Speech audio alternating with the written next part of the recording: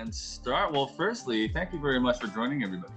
We have, again, different groups of people here today. People from the Idea, Fly, a whole bunch of different organizations, students from AUP, raffles and stuff.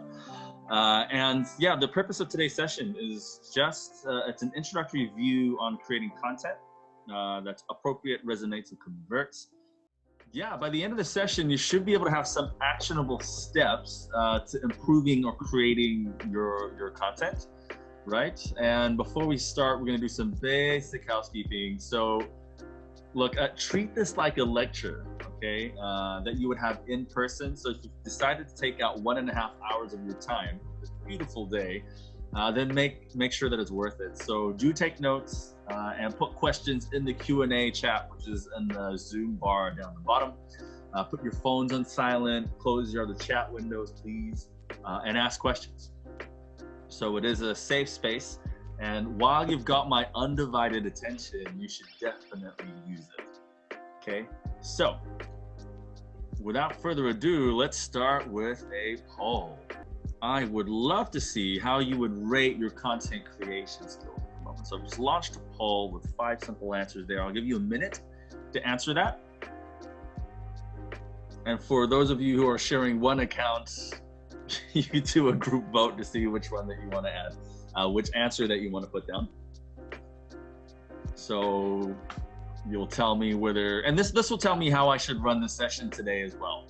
Right? Whether you have a lot of experience, if the group is awesome and they just want to improve themselves or yourselves, if you're better than average or whatnot. So there's a poll that's there that's only on Zoom. If you're on Facebook, you won't be able to do the... Great, that's everybody. So we're going to end the poll now and share the results. Right, that tells us that most people are so-so. Okay, cool. Oh, sorry, most people are feeling, okay, so are fairly new. Okay, great. So this is very much an introductory session, and I sincerely hope that you will find it very helpful. Right, so that tells me a little bit about you guys. Now I'm gonna tell you a little bit about me. Some of you have joined sessions with me before, some have not. So I've been in marketing, content creation and whatnot for over 12 years now, starting from New Zealand, where I'm from. It's a real place. It's not far from Australia where they keep all those deadly animals. But ironically, there's like very little deadly animals in New Zealand other than humans.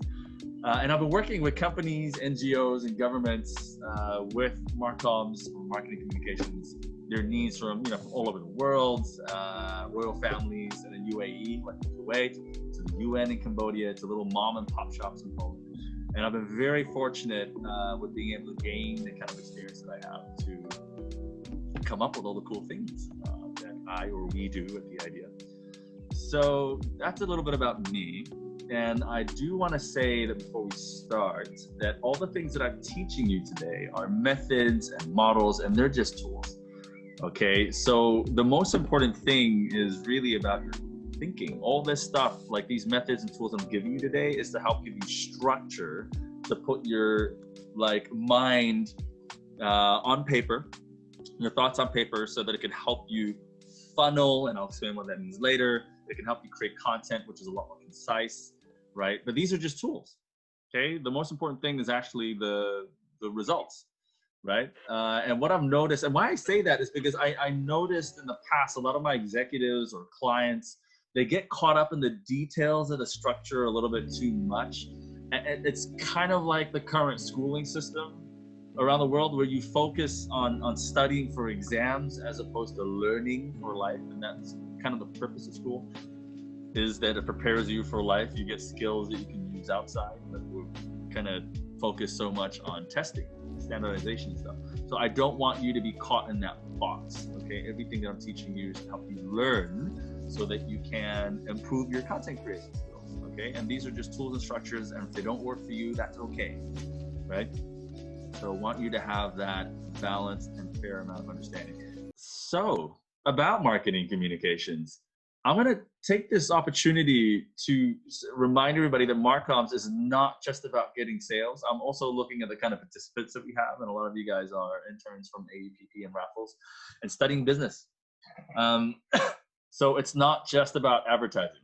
It's a really big component, But the role of communication, like what this guy is doing here in the video, is that it's a transfer of energy with the intention of getting the receiver or audience to feel, think, and do in a certain way, right? So even if your intention is as simple as, like not littering, because that's not like business related, but you want people not to litter, that's where the role of communications comes in, right?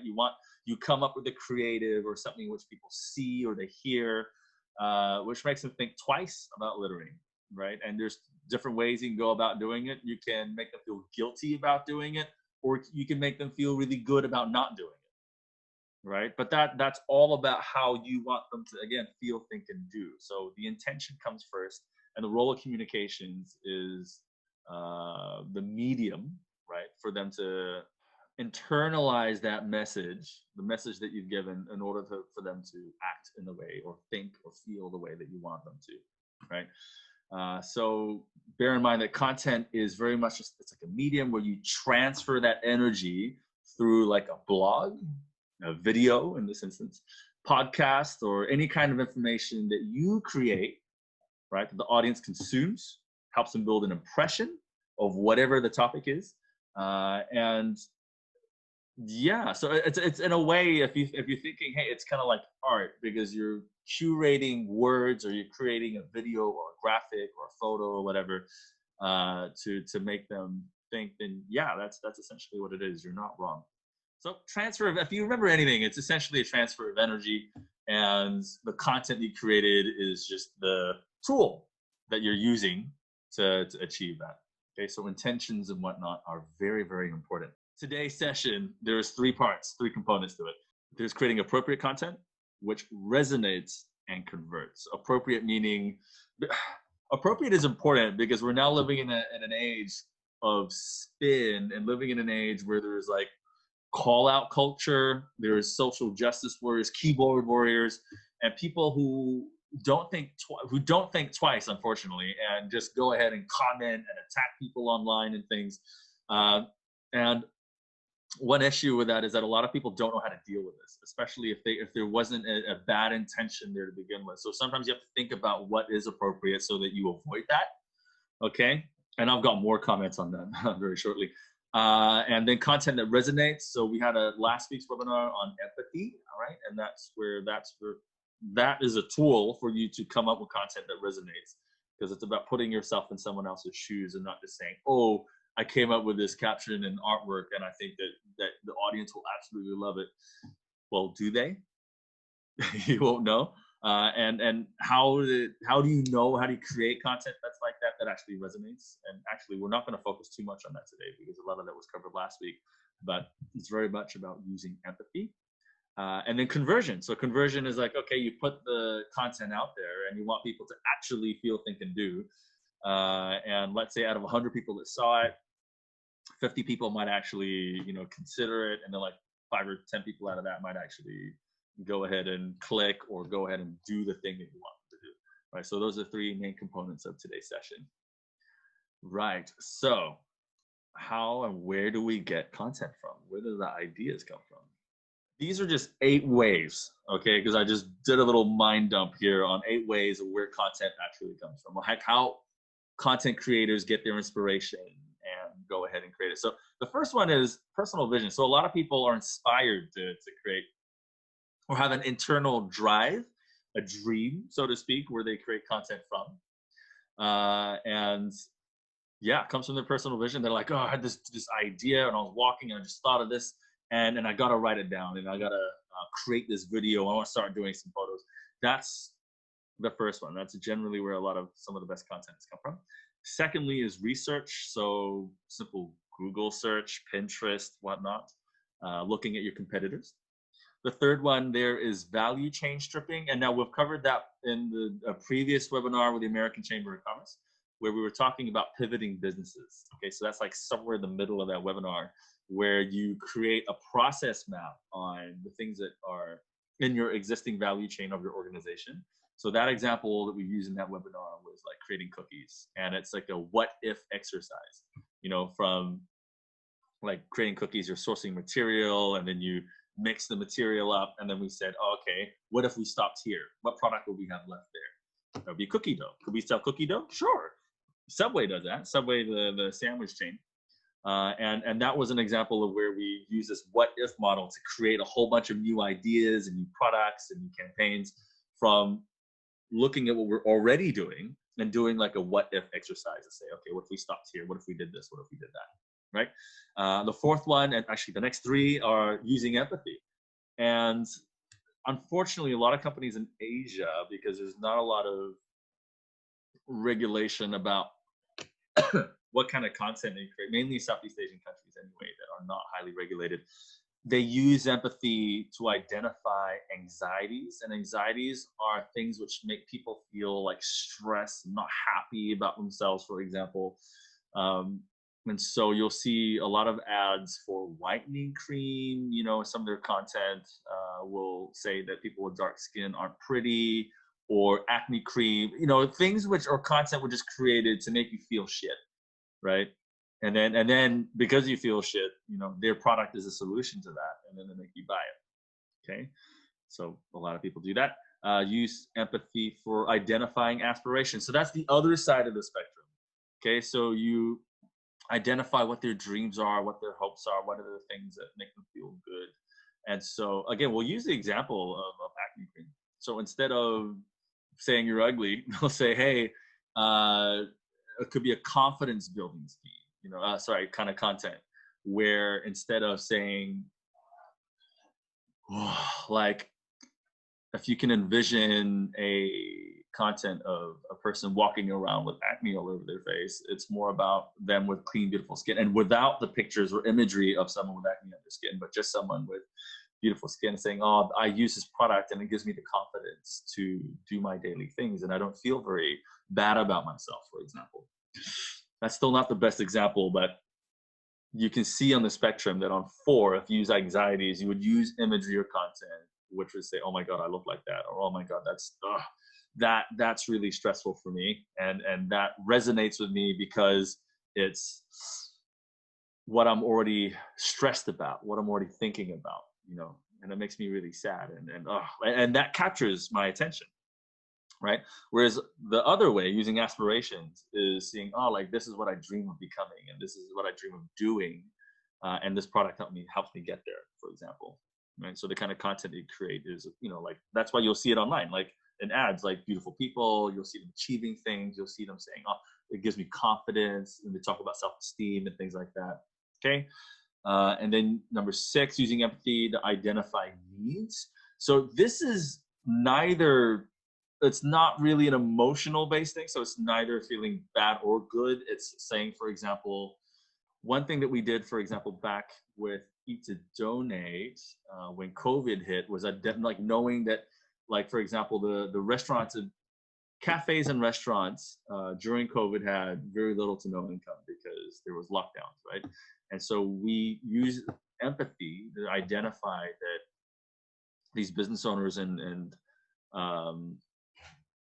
restaurant workers and stuff didn't have any income coming in. So people were getting fired. So we could put ourselves in their shoes and say, well, they must be feeling quite stressed at the moment because there's no money coming in. So what can we do, or what kind of content or initiative or campaign can we create to drive some traffic that way? Then we used empathy again for the community to see, well, actually, these are really important people in the community. Like, these businesses, when they're gone, we used two things. We identified that they didn't want these businesses to close because some of these people were their friends, or they were their staff and brothers and sisters who worked there, and they relied on that income.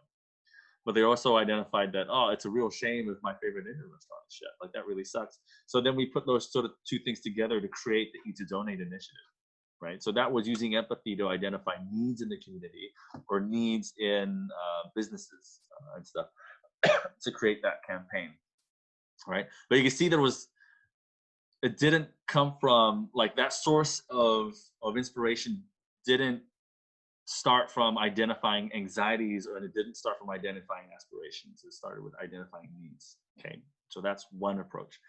And then 7, and this is where a lot of it content comes from, is identifying through calendars. So Christmas is always going to be there. So if you know in December you're pumping out Christmas content, and October, probably Halloween, or in February, January, Chinese New Year, or whatever it is. Or if it's a school calendar, term 1 is about to start, we need to start working on enrollments, for example, right?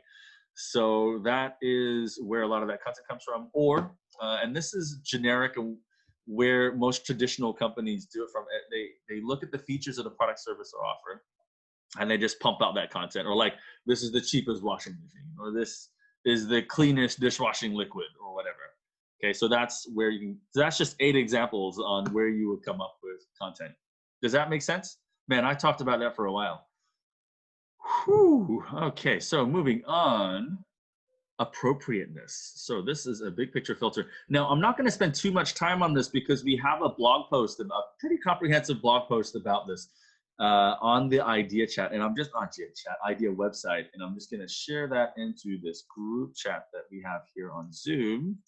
It's a updated marketing filter that we have. So this is you asking the big picture strategy questions before you go off creating, like actually writing and producing it, because before you spend like half a day actually writing, taking photos or taking videos and stuff, you want to think about whether you're on the right track or not. So there are 3 big questions that we asked, and the first one was whether you're being fair. Okay, and this is sort of arisen due to the recent, Black Lives Matter protests and whatnot, and we've seen a lot of brands absolutely fail at this, and it's resulted in resignations. Like companies like CrossFit, their CEO had to resign.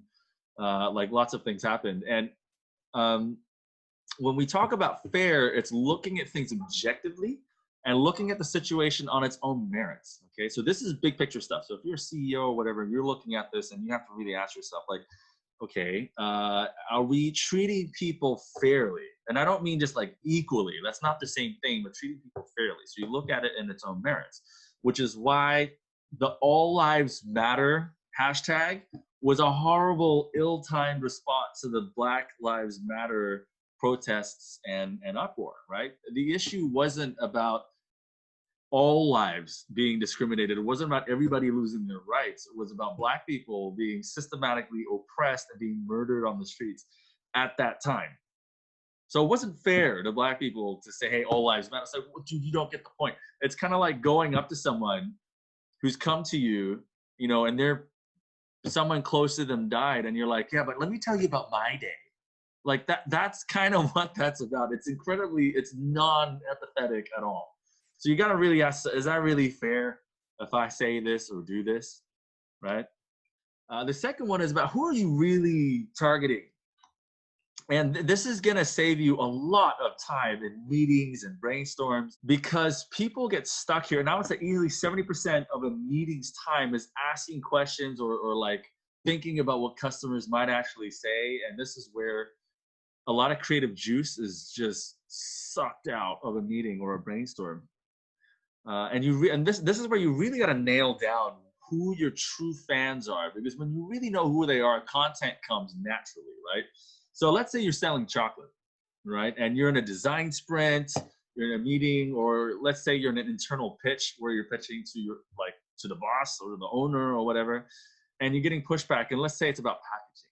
Okay, you're putting together packaging for chocolate, and you've shown your idea, and they say, hey, but like, we're afraid our 70-year-old grandma isn't going to like the packaging because the font's too small. Fair, okay. Then you change it, and then you have this 45-year-old LGBTQ person who doesn't like the packaging because it's not rainbow and it doesn't represent them. They're offended by the color. I don't know. It's an example.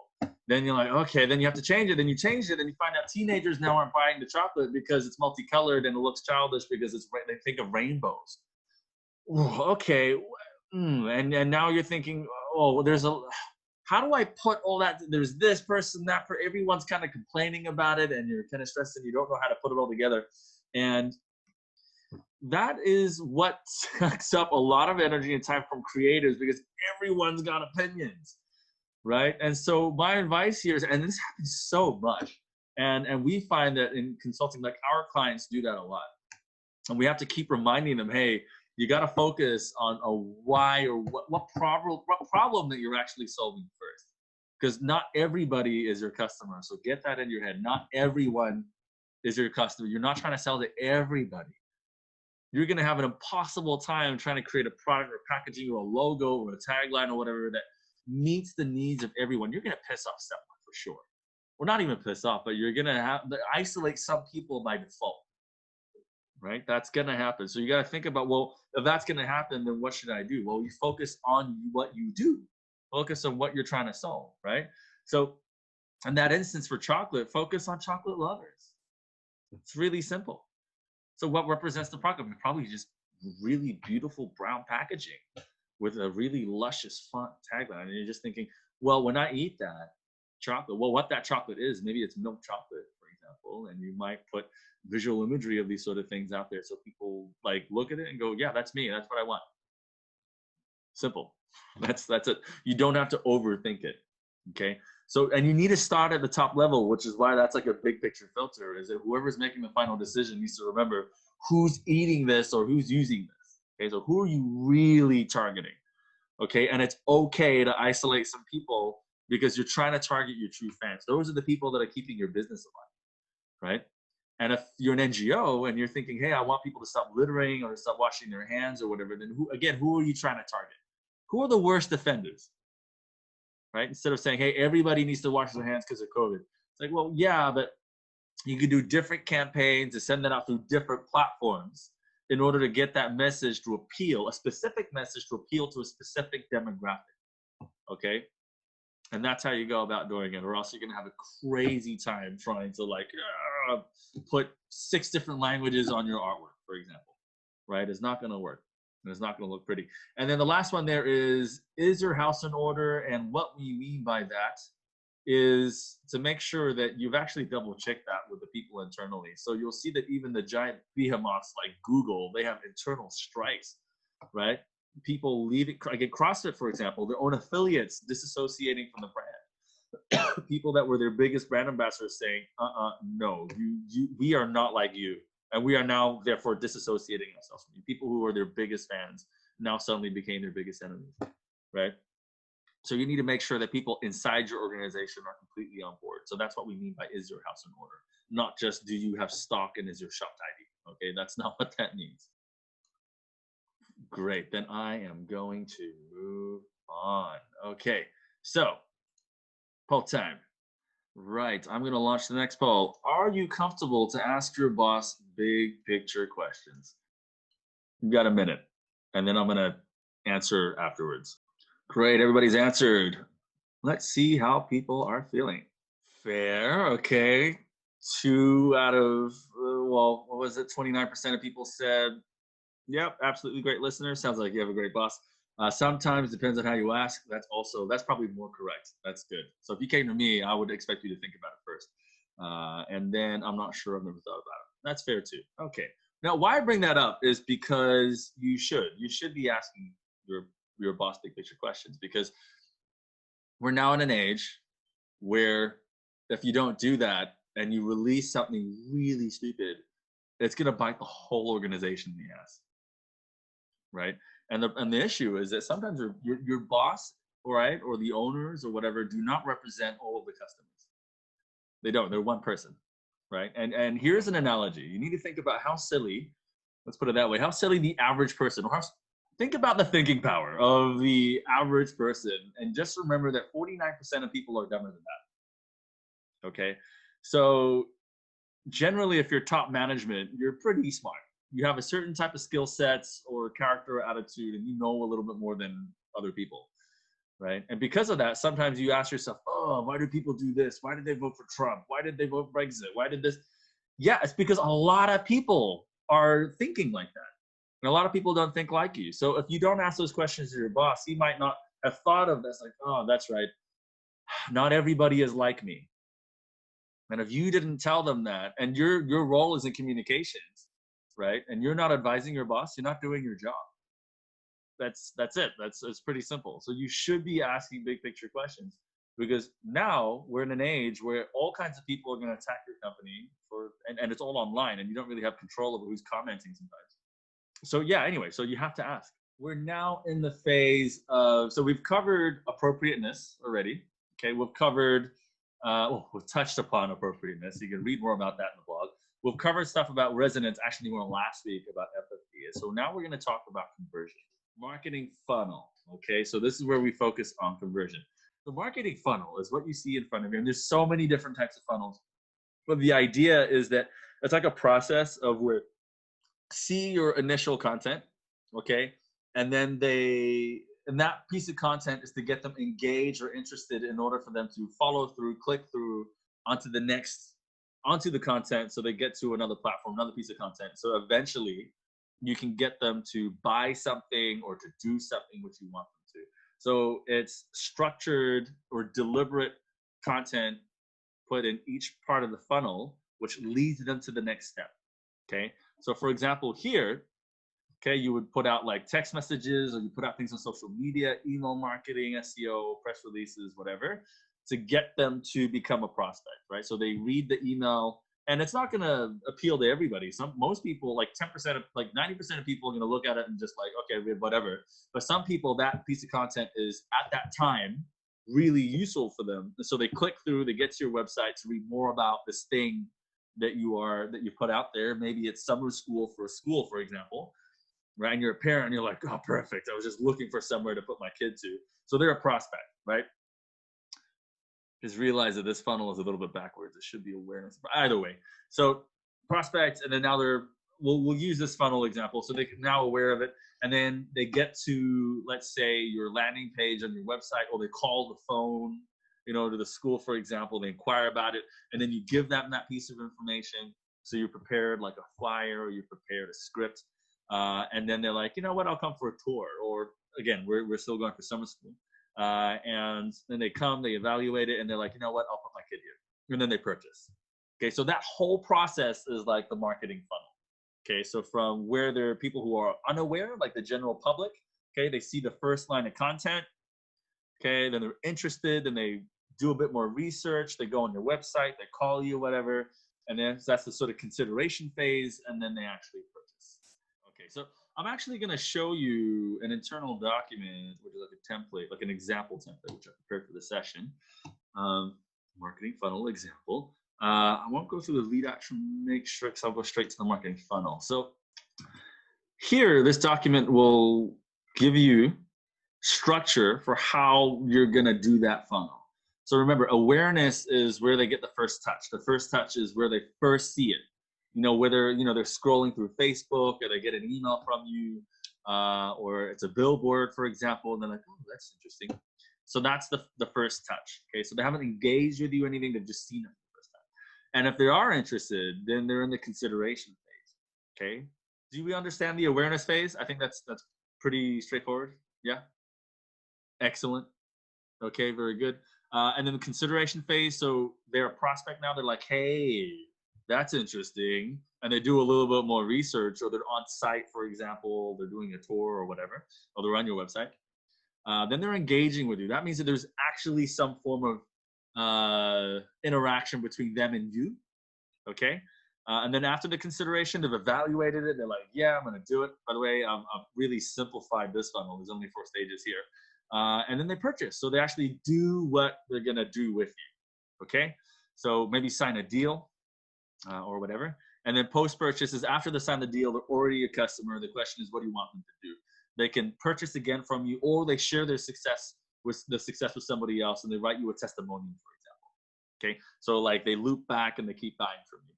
So here, this is an example from our Olympic Stadium project. So that's soon going to be a public piece of information. So I'm just going to use it and let you know the kind of things that we're doing. So generally at the top, you need to remind yourself of what your target or objective is when you're writing the campaign. So you can keep remembering, what's the whole point of this funnel? And in this situation, there was a financial target. So we're trying to get sponsors to advertise at the stadium, for example. And there would be a dollar amount. Lead generation target, how much on average should they be sponsoring?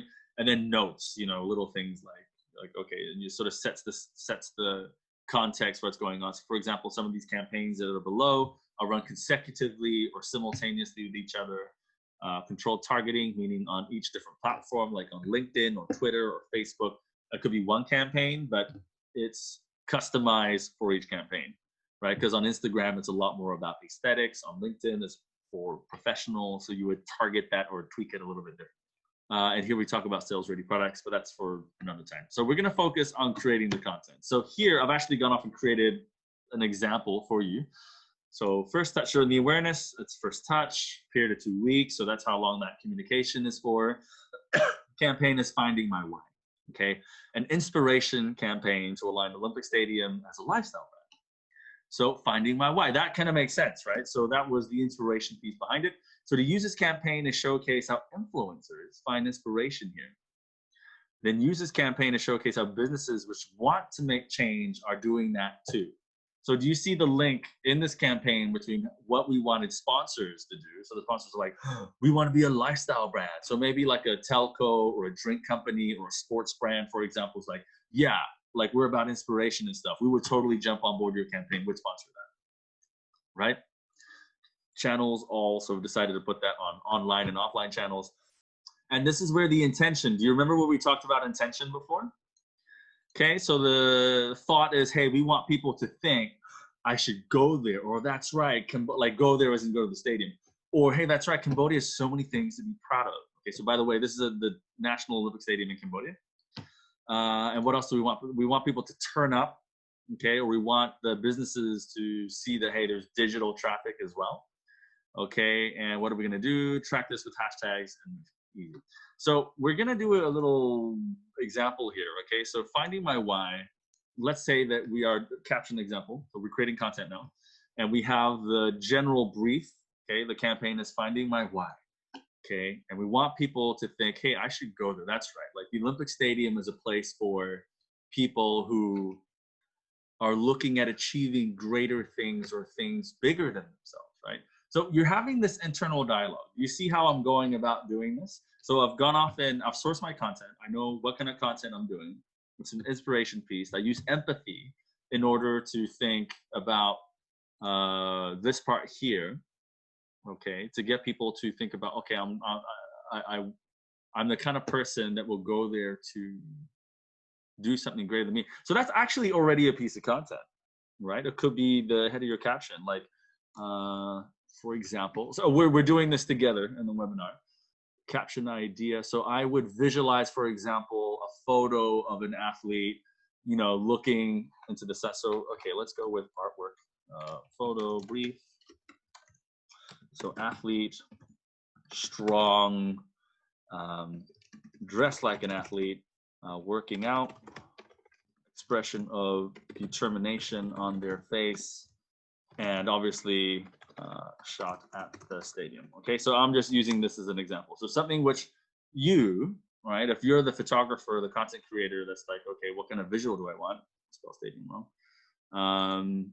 You would use that as a part of your brief. So you're just taking notes. Remember what I said about all this tools and stuff is somewhere for you to put down your ideas. This is how you would go about doing it, and you would definitely label everything correctly, and this is where you would go about doing it. Actually, you would put this in a content calendar, right? But for the sake of this webinar as an introduction, I'm putting it here as an example. So photo brief here. So if that was the photo brief, you got an athlete, could be a young woman dressed up in her sportswear, and she's got that look of determination on her face. She's like, I want to get a gold medal at the next SEA Games, for example, right? And that campaign of finding my why, actually finding my why would be your headline or would be your tagline for the campaign already. Finding my why. And it would be Cambodian runner as an example. So we're gonna brainstorm, just check down a whole bunch of ideas. Okay, so Cambodian runner, let's call her Straight Bow. Straight Bow dreams of becoming the first Cambodian gold medalist in 100-meter sprint. Okay, so that's one caption example. Let's do another one, finding my why. So that would be like your Facebook caption, for example. Finding my why. Instead of that, maybe it's something which is, let's say, I run to. So you're using empathy. You're putting yourselves in the shoes of someone who would likely go, again, who is thinking of achieving something big, or I run to push myself to greater lengths. every step forward on the track is a step forward for my business, for example. A photo of entrepreneur working out on the track, right? So that's an example. This is not refined content, obviously, but this is the process of how you would go about doing it. You would, so this is a part of the creative process where you're creating, so let me start from the top again. Two things. One is that I have nailed down what I'm doing, like where in the process I am in creating content. So here, this is the first time that person is seeing it. And I want that person to, as they're scrolling, for example, and we use this example of Facebook or Instagram, where they're scrolling, I want them to stop and go, that picture is pretty, and that picture is me, okay? So here you'll see that if that's a female of a female athlete, likely a female is gonna stop and say, oh, like that's so me, or that's, I resonate with that. And then they read the caption and they go, wow, that's pretty cool, like, all right, or what's this about? Okay, so they might click it, they might get to the page, and once they get to the page, or they get to the platform and they see the next item, okay, because we want them to turn up to the stadium, right? And then they see this Be the Hero campaign. And that's where there's stuff on site, which is about, like, let's say I'll run one more lap. Okay, then you would create this content for running more lap. By the way, just a disclaimer there, we won't be doing that at the stadium. We don't want people to push themselves so far that they end up throwing up and stuff. But this is for the purposes of this particular campaign of inspiration and pushing further. We'll write one example. Okay, so when we're actually doing the stadium project, we're not going to do that because it's not good. You don't want people to hurt themselves or push themselves a little bit too far. But for the purposes of this, you know, it could be, for example, a poster, photo of athlete gesturing with their hands, number 1, and then the text brief is to say, hey, just one more, you can do it, for example. So you see how there's a flow, right? They see it on social media. They might see a few of these on social media, right? And so you've got one that's targeting female athletes, one that's targeting maybe entrepreneurs to go, one that's maybe targeting expats or whatever. And once they arrive, then they'll be seeing the rest of the campaign or the content that's specific to them being on site, okay? Right? And then when you, again, remember this whole thing was about getting sponsors to go. So they'll see this too. They'll see the campaign and go, oh my God, that's totally us. I could put my logo with that, okay? And when they turn up, you know, they'll also see these things, okay? And then they're gonna go, oh wow, like there's a lot of people here. Because remember, the purpose of this campaign was to get people to turn up to the stadium, right? Once they turn up to the stadium, you're building brand equity, right? So you're saying, oh, like this, like what I see here at the stadium is all stuff which is part of this bigger campaign about working on myself, about inspiration, aspiration-based stuff, okay? All right, and once they're there, you're saying, hey, look, you're mocking up, for example, the logo of the sponsor. Say, look, you could be with us if you pay $1,000, $2,000, $3,000, or whatever dollars to pay for that ad space with us, to be a part of this campaign, right? And then they're like, hey, I made the right decision to sponsor. Now, that's a different piece of content. That's probably something like an email, right? Email confirmation to reduce post-purchase dissonance. Now, there's a thing called post-purchase dissonance, which is where you buy something. Sometimes after you purchase it, you're like, oh, did I do the right thing? It's kind of like after eating junk food, you're like, I shouldn't have done that. So sometimes when people drop a huge amount of money to sponsor something or pay for something, they feel that, right? And so you want them in this part of the decision of purchase phase to say, hey, I made the right decision to sponsor or spend money or whatever. Then you know, hey, my action is to do this. My content is in the form of an email, right, for example, or a form of a small video that's shot with an athlete which says, hey, thank you for sponsoring. Without your sponsorship, I wouldn't have been able to get my scholarship to go to the SEA Games, for example. So they might watch that and go, man, I totally did the right thing, right? So that's an example of creating content. But I only got there because of the structure, because I put it down there first. I said, in the purchase phase, I want that person to think, yeah, I made the right decision and I should continue sponsoring in the future, right? And then that inspires you for that piece of content and say, well, what can I do or say or create to get that person to feel, think, and do this thing. So those desired action and thoughts are your intentions. And look, I wish that I wrote better content examples here, but I wanted you to see the flow. Okay, so when you're creating a campaign, you can see there's so much writing to actually do, right? And then you got to kill it. You got to go ahead and like kill it, meaning to kill your darlings, right? So that the idea that your first, draft is not perfect, right? So you keep writing heaps and heaps and heaps until you're like, oh, that's the one, okay? And then you send that off for production, or you're producing it yourself, right? I just realized I didn't touch upon the post-purchase one, but here, okay, so let's say they sign a new deal. You've kind of done that with this already, but you want to say, hey, these guys are legit, always great with their messaging commitment. I should keep these guys close. So that's maybe what you want your customer to think. So the campaign here was, for example, forward thinkers or trailblazers, which is for that sponsor, a campaign to follow up on all those who re-signed or are signing up or have stepped up their game in terms of sponsoring more now.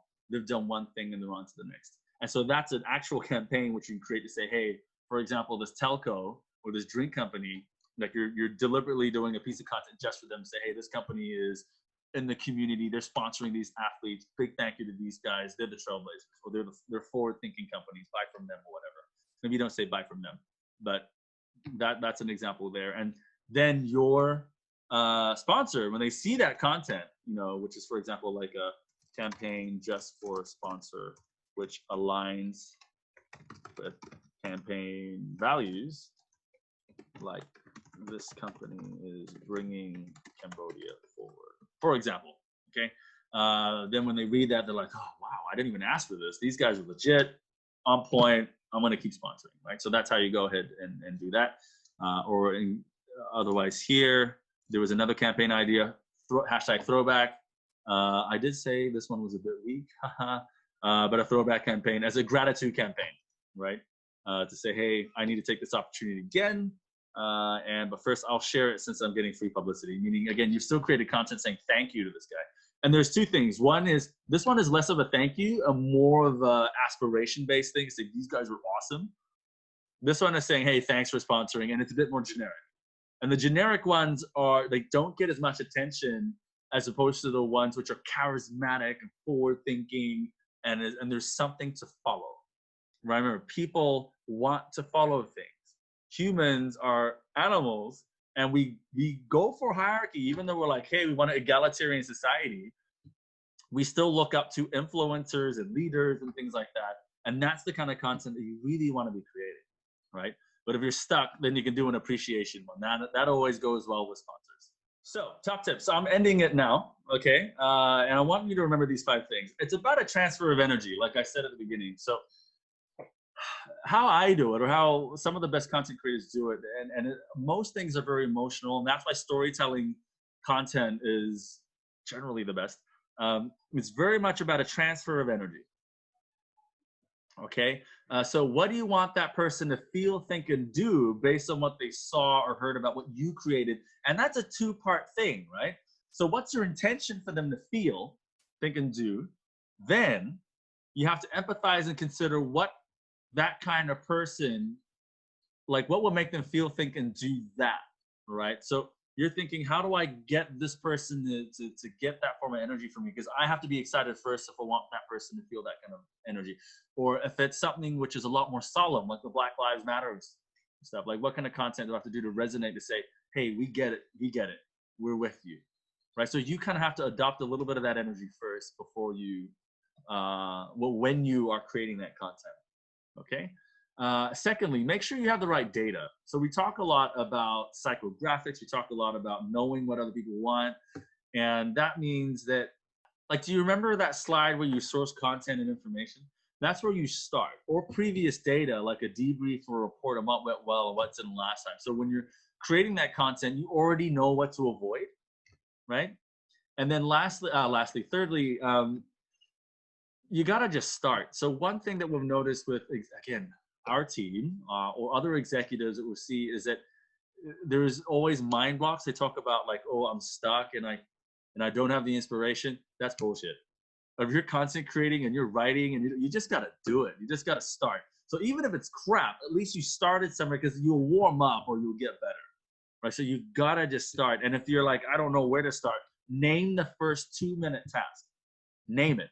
So that could be, well, Googling it. Easy. Like just, oh, well, maybe no. That's not even a really good start anymore. You'd say, type in this question, or at least write this word, keyword. Like for example, if it was chocolate, write in chocolate pictures or chocolate marketing campaigns or whatever on Google. That's less than 2 minutes. That's your start, right? Or you gotta pick up the phone or jump on Pinterest, whatever. Okay. Fourthly, test it. Everything was spoken about today. You've heard, whether it's the filter, talking to your boss, trialing it with your customers or whatever. You got to test it, or else you might fail. In fact, that's where some of the biggest PR marketing disasters started, because they didn't try it first, right? And then I've touched upon that before. Kill your darlings. Okay. So to kill your darlings means, again, your first draft is not perfect, right? Multiple copies. Scrap it. Don't try and repurpose the first one. No, actually just write a new one. Okay? So if you walk away with anything and you got to create content, come back to these 5 tips. Cool. Let's just see if there's any questions in the Q&A. There's none so far. Okay, so I'm going to tell a little story, okay, because I didn't give any proper, other than creating some examples with you, I want to give you a real life example that we have. Okay, so as I tell that story, if you come up with any questions, put into the Q&A chat there. No, that's there. And I will begin telling you that story. This is an example of a piece of content that worked really well for us, even though it doesn't fit some of the guidelines that we would typically do, like logo dump down the bottom, but that's because of contracts that we have with sponsors. But if you look to the right, the results were incredible. We did not boost this artwork at all. So in Slapria, and the funny thing is, we've done eating competitions before, back in 2017, at Con Slapria 2017, but we didn't reach this kind of, publicity at all. We never really actually ever got this kind of thing. And we had 1.2 thousand likes, 3,000 comments, 2,000 shares. People were engaging like crazy. And one of the things, some of the stuff that changed, and I'll talk about 2 things. The first thing is what we did differently in terms of the actual content. And then secondly, some of the problems that we face on the PR angle. So the first thing was we wrote it in Khmer, right? So we're in Cambodia, we did it in Khmer, and we decided to go Khmer first, and that's what we did with the caption. The second thing is, in the picture, what we did was had food only. This time, we had a picture of a person in it who clearly just ate food. It was a picture of these almost seductive lips that are there, someone who just ate a sandwich. And I know that might be like a bit of a touchy subject, because it's like, oh, you're selling sex. We're not really, but we use elements of it so we'll catch people's attention. And you know what? It worked. And it's not like there's pictures of a girl in a bikini or a guy with his abs flashing or whatever. No, this is not actually so much near the line. But I'll tell you, it worked. The picture worked. The demographic that we had was mainly young Khmer as well. So this associated with them. The hair was pretty. It's a young person, as you can see. It's female. It's a banh, a sandwich, something that most people understand. And the caption was in Khmer, and then we wrote it, and you can read it in English, for example. Do you have the guts to win the ultimate slappery eating challenge? And then boom, people just dumped. They tagged everybody on that. So that worked really, really well for us. And those are the differences that we have. We used a different image. We tried it with a different language first, and it worked really, really well for us. Now, this is what's interesting, and this is where you really need to know who your customers are. We know this is a giant food festival, right? We had 30,000 people in the space of 8 hours. And you'd think, hey, even with that, we know who we're targeting, and we're not trying to get everybody. We'd love to get the whole city of Phnom Penh to come out, but we know that's not going to happen. We know that's also physically not possible. So we posted this on expat forums. We had expats commenting saying, hey, how could you do an eating competition in Cambodia? That's so inappropriate. There's people with nothing to eat. Fair point. That's a fair point. But then they started saying things like, hey, it's like comparing an eating competition in Cambodia to like having sex in a pagoda. And that's where you need to apply your common sense and really think, well, is this person really trying to rile me up? And is that fair? Is that really fair to what we're trying to do? And we decided, no, it's not. And we had to test this to say, hey, look, we took this to other people, expats working in the NGO community, and we said, hey, are we doing something wrong? It's an eating competition with local community businesses who are trying to get attention, trying to make some business, you know, and sure, we've got some big sponsors who help pay for the event, but you know, we've got 150 local businesses with like 10 staff, you know, and they're the ones who are putting, like, who are taking this as an opportunity to promote their hot wings or whatever, for example. But in the context of it, we had two people to ask. The first one was expats to say, hey, is this bad? You're in the NGO community. Is the optics wrong? And most of them, like 99% came back and said, no, it's a commercial event. You're in Cambodia, but you're promoting local businesses and you're not harming anybody, right? And those are two different arguments. People not having enough to eat is not directly correlated to these businesses trying to promote their business, right? Because it's not these businesses' responsibility and it's not our responsibility to feed these people. That's actually a public sector thing, right? And if you really want them involved, then you could just put a donation line in there. In the festival, let's say if you spend $10, $1 is donated to this, and that might be able to negate. And that came up as a really good idea. And that actually inspired some of the Eat to Donate stuff that we did later. So we took that as an opportunity. But firstly, we had to decide, should we still run the eating competition? And so we asked the expats, they said, not a problem. We asked the local community, we asked the Cambodians, because those expats complaining about what we're doing in Cambodia, the Cambodians were saying, no, like, I don't, like, this is fun. I don't see this as a problem. What, like, no, don't worry about it. Like, we want to do it and it's fun and we need events and stuff like this, right? And so we decided to go ahead and do it. So that was an instance of us having to decide, like, realize, like, who our true customers are. And for Slapuria, it's foodies. We run this event for foodie, people who love food, who want to see new flavors and textures and enjoy themselves, learn about what's grown in Cambodia, to have a fun thing where the whole family can get together. We're like, this is what the whole purpose of the spirit of the event is about, right? The event is about that. It's not about feeding the hungry. If we were, we'd run a different event for that entirely. So you need to apply common sense and know who your customers are, right? So that example should be able to, I think, give you an introduction to what we talked about today, like creating content which is appropriate. And you have to figure out what is appropriate. And a lot of it is just asking people about it. So you create it, then you share it with them and they'll come back and give you feedback. And then something that resonates, same thing, you test it with the market and they're like, oh, wow, I love this. And that makes sense for me. You should post that. That completely makes sense. And then convert, right? Well, if it resonates, it converts. And then we did that funnel. So when you are doing the funnel, you'll see, how do you then convert? Because one piece of content might not actually send people, like, they don't look at one artwork and go, I'm going to go to your festival. No, they might have to see quite a few times. So throughout the chronology of your campaign, you're creating content which converts more and more and more, for example, right? Well, once they've turned up, how do you get them to come back again? So there's strategy applied to your content. So how do you feel now about creating your own content? So I'm going to release one more poll. You tell me how you feel. Launching now. So, do you feel much better? You can whip up your own visual symphony now. Feel a bit better maybe, but you think you might need some help in practice, or you feel the same, or you feel worse and you're more confused.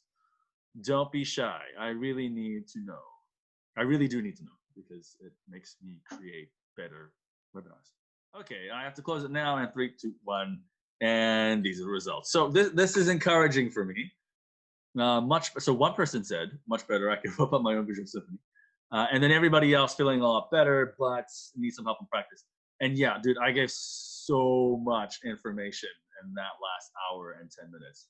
Because I started like 5 minutes in. Great. So that's the end of the content. That's the end of the session. I would love to get some questions. I'm now going to open you guys up for actually discussing. Please let me know if you have any questions. One question, how to make sure that your marketing communication is always relevant and people like it, like your target audience, like your content at first, but the market is so competitive and they go to the competitors later on. So how do you make sure that your marketing communication, your comms are relevant, always relevant, and people like it? You test it. You start with the right data and research. And then make sure that you've identified who you're targeting, so you know what kind of values and characteristics and content that resonates with them, right? So once you have an idea of like, oh, they like greed, for example, or oh, they share values of humanitarianism, or they're, you know, typically animal rights activists, or even more specifically, you know, they have like these are people with a Pinterest account or whatever, for example. So you know exactly what kind of target that you're going for, and then you create the content based on their interests, right? On what, and that's where you need a lot of data, what they look at, where they are and whatnot. And this is less about demographics and more about what their attitudes are and their beliefs are. Okay. And when you can create content that resonates with that, then it will always be relevant to that market. And how do you make sure that it's always relevant is to test it. And I don't use always because you can't guarantee anything always. So the best thing that you can do is focus group, sample, and test your sample or test the idea with a focus group. And you would create a series of content and send it to them, right, in your focus group, okay, or work it out with them. And then they'll come back and give you feedback on which one of these things is the most relevant or resonates the most with them. And then you go with that one, right? But that's sort of the basis of how SEM works. You know, SEO, when you release a whole bunch of different ads, and then you've got your AI, which helps you figure out like which ad is performing better. And then that's the data that you get, right? So that's like later. That's a marketing course for later down the line. And then you ask like your target, like your content first, but the market is so competitive. So there's an assumption that your market is competitive, and they're also putting out similar content. They go to competitors later on. You don't really control what people are doing. So if they want to go somewhere else, it might just be that whatever your competitors have done or whatever that offer is it resonates with them more, or it depends on what you're selling and what you're doing. But if they go to your competitors, and this is where you look at like the 7 Ps model as a reference. It could be that, you know, they're much more price conscious and they go there instead. It could be that they tell a much better story, or it could be that their facility is just cleaner and nicer. There's so many factors as to why people would buy from someone else instead of you. But that is, again, where you do a lot of your testing and you do your due diligence to make sure that your offer is better, so to speak. Does that make sense? Did I answer your question? Because there were there's essentially 2 parts to that question. That's a great question, by the way. How much does the quality of an artwork of a content contribute in gathering customers? Oh, there's all kinds of data about this out there, and it depends on the industry that you're in. Very much depends on the industry that you're in, because it depends on what kind of person. I know I'm giving you like a long-winded answer, but it depends. Okay, because if you are in if you're in fashion, aesthetics and the quality of your artwork and your photos and whatnot matter a lot more, obviously, as opposed to, say, in the business industry. If you're looking at B2B, that's a lot less. They're looking more at numbers. They're looking more at stats. They're looking more at credibility and trust, right? So it depends on the kind of industry that you're in. But the quality of your artwork is always important, because depending on what platform and where you're putting it on, if there's a lot of noise, for example, like on Instagram, there's a shit ton of noise because there's so many things going on, you know, and you want that thing to capture their attention while it's there. Then things like, you know, the contrast, things like whether, and it depends on what you're trying to promote as well, if it needs a face or not, you know, or if, you know, Black Lives Matter right now, everyone's gone off and changed their profile pictures black, you know, for example, then, and because they want people to see it so that it resonates with their community, so they know, hey, this is what I believe in and this is what I stand up for, then yeah, but it depends on what you're using it for. But to directly answer your question, it's a yes. Like, quality of an artwork is super important, super important, because people make their impressions based on what they see first. So you'll see that when we do trainings on interpersonal communication, you'll find that, and out of the 3 things, body language, tone, and content, So body language, which is what you see, your eye contact and stuff, versus your tone, your voice. Are you whispering, or are you loud, or are you fast and slow, or versus your content, which is what you're saying, the words. The body language is rated like over 50% of that total thing. So if you add all those three things and it's like 100%, then your body language is well over 50, which means that implies that people make an impression based on what they see first. So if someone walks into a room and they've got a crappy face on their, expression on their face, and you see that first, you're like, oh, that person's in a bad mood. You'll have that impression first before they even open their mouth, before they even say hello, right? So people very much base an impression on what they see first, and that's why the quality of artwork is always important. But in terms of how much does it matter, but it really depends on what you're doing, what industry that you're in. I hope that answers your question, Haku. That was a great question. Good job. How often should we publish new content? Every day. And there's, I'm speaking from the position of you as a marketer or content creator, is that you're constantly fighting for noise. You should be creating, meaningful content every day, right? And why I say every day is because you get better at it. You should, because the more you practice, the better you are at it. But the secondly is that you stay top of mind for your audience, and people constantly reminded about it. And as long as it's not dry, because the moment it becomes dry, then don't put it out too much. And what I mean by dry is that there's only so much that you can say about hand washing, right? It really is. Wash from your left to your right to your don't use soap today, or whatever. Like this, there's only so much that you can say about it. So that's your check to see firstly if people are continue resonating from it. And you'll see that especially if it's digital, you can see if it's being engaged, if people are liking and commenting and sharing, and that way you're able to sort of also get an idea of what people are resonating with, so you can continue developing that line. Does that make sense? Because let's say if you're posting every day for a week, and you're experimenting, and that's where a plan comes into place. You have something different on Monday to Tuesday to Wednesday to Thursday. And then the next week, you're looking at these 7 items of content, and 4 out of the 7 were really interesting. Then you develop one of them into 3 other segments, for example. And then the second one you do there. And then there's so much actually for you to be doing and trialing, right? So that's why I say that you should be doing it every day, so that you can learn and see what works, right? And the other reality as to why every day is because if you're in a market where there's competition, and there's always competition, even if you're an NGO, even if you're a government and you're trying to get people to wash their hands or wear masks, you're fighting with fake news. You're fighting with people who are saying masks don't matter. Washing my hands, stupid, because I herd immunity. If I wash my hands, if I get sick now, I'll be stronger. You're fighting against stupid people. So that's the reality. You should be publishing it every day, because the reality, there's always the other side, which is now, again, in this age of fake news and spin and people who just want to be heard and aren't necessarily filtering what they're saying. You're fighting with that. So it doesn't matter what, if you're in business, your competitors are posting, so you better be posting.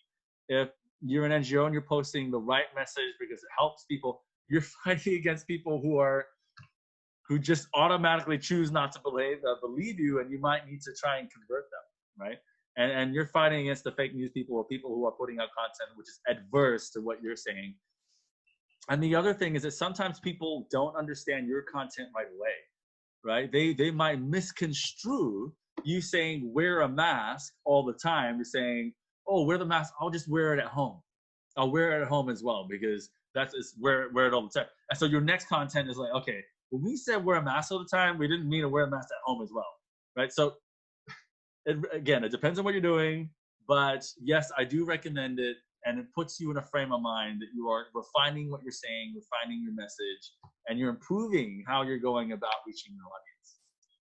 Whew, that was a good question. Did that answer your question, you May? Yes, great, very good. Excellent. Okay, do we have any other questions? If not, we will wrap up. Right, going once, going twice, and that's it. Right. Well, in that case, I appreciate you joining the webinar. There is a short survey at the end. I would really appreciate you filling out the survey so I can improve it for next time. And I wish you all the best with creating content on your own. And feel free to ask us if you need help. That's what we're here for. I wish you all a very good day. Thank you very much. Bye-bye.